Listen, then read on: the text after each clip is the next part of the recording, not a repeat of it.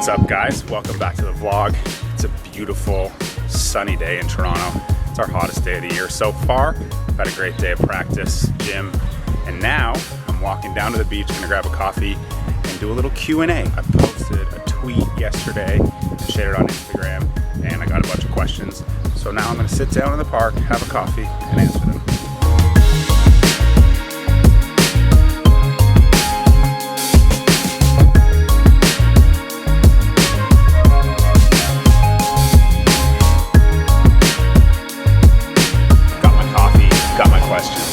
Tackle this Q&A. First question I got was, what's your go-to Starbucks drink? Anybody that's been watching the vlog for a while knows I basically live off Starbucks. This is my go-to drink right here. Iced coffee with 1 pump of white mocha in it. Another question, if you weren't a professional golfer, what job would you have? I think if money and time were to issue, my dream job, if I weren't playing golf, I would be a DJ producer. I love house music. I DJ for fun on the side right now, but I think if I had it my way, if I had my dream job, I would be a big time world traveling DJ producer of deep house music, tech house music. That's exactly what I would love to do if I wasn't playing golf. This is a good question. Who is your favorite putter in the world? Without question, it's Carmoni. Anybody that grew up in Ontario or Quebec knows who Carmoni is. I'm gonna link an amazing YouTube video of this guy below. That's all I'm gonna say. You have to watch and you'll see why he's my favorite putter. Here's a fun question. Will you go on a date with me? Yes, I will. I would love to go on a date with you. All right. What's one piece of advice you'd give your 27-year-old self? That's a really tough one because at 27 is when I was hospitalized. It's when my health kind of hit the fan and things got really dark for me. I was in such a dark place and I just wanted out any way I could. And patience was something I didn't have. Yeah, so if I were to give advice to a 27-year-old version of myself, it would be patient and weather out the storm. Life is hard, life sucks a lot of the time, but you just need to stick it out and kind of plant deep roots with the people and relationships that matter and know that they're there for you, that they're just as patient as you are, and know that that patience will pay off and life always has a way of working itself out. Here's a nice one here. What do you enjoy most when it comes to friendship? When it comes to the closest friends in my life, the things that I enjoy the most is trust and humor. My life is pretty busy, pretty crazy. I come and go a lot, and it's awesome to have some close friends that I can really lean on and trust, and they can lean on and trust me back. In the face of that, humor is everything.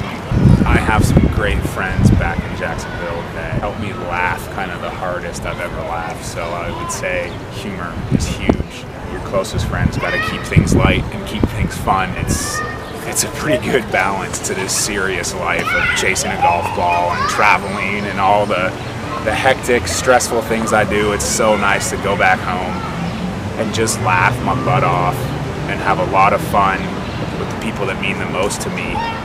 You all know who you are. I can't thank you guys enough for being such a part of my life and being that positive, fun influence. Okay, so this is a really good one. How do you get the courage to speak openly on social media about your own mental health issues? I have a YouTube channel and would really love to tell my story and to help even just one person, but I'm worried about the repercussions or the backlash. I get that question a lot, and I completely understand how some people can be apprehensive to share their story for what people may think of them or how people may react to them. I was certainly like that. This kind of ties into 27-year-old Andrew because I started to share my story around 27, 28. At that time, I didn't really know what I was doing. I just kind of fell into it and started speaking and sharing because it was a bit of a release, but I certainly wasn't ready at that time.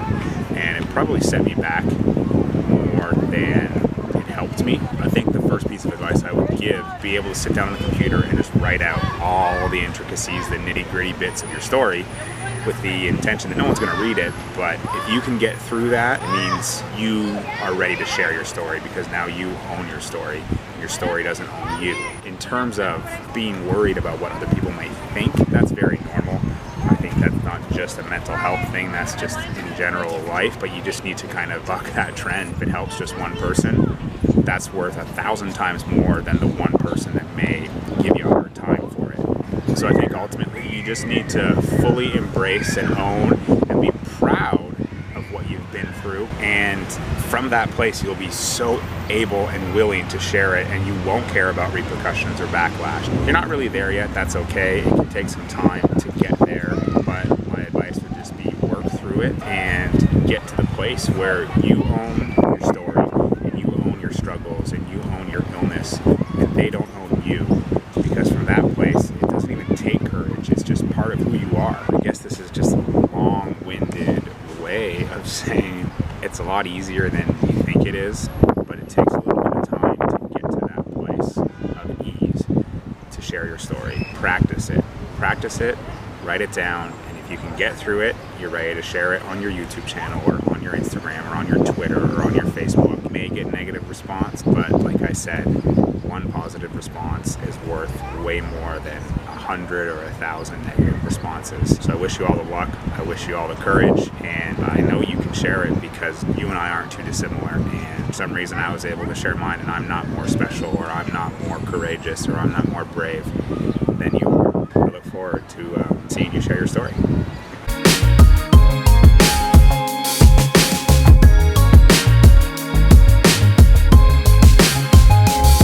Well, guys, that's it for this week's episode. Thank you so much for submitting your questions and for tuning in. If you like this, comment below and we'll do some more Q&As in the future. If you like the video, give it a thumbs up, share it with your friends, and don't forget to subscribe so you don't miss a weekly episode. See you next week.